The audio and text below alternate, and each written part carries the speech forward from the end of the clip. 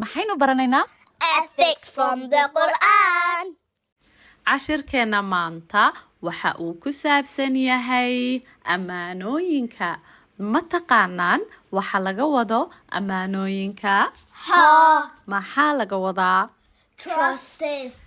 yaa ina baraya Allah. subxaanahu watacaala allah subxaanahu watacaala halkee buu inoogu sheegay Quran. ma taqaanaan halka ay qur'aanka kaga jirto Ha. ma akhriyi kartaan Ha. haya akhriya And those who honor their trusts and promises. maasha allah allah subxaanahu watacaala waxa uu qur'aanka inoogu sheegay waaladiina hum liamaanaatihim wa cahdihim raacuun ilaahay wuxuu yidhi kuwa ilaaliya ammaanooyinkooda iyo ballankoodaba marka uu ka hadlayay muslimiinta ama mu'miniinta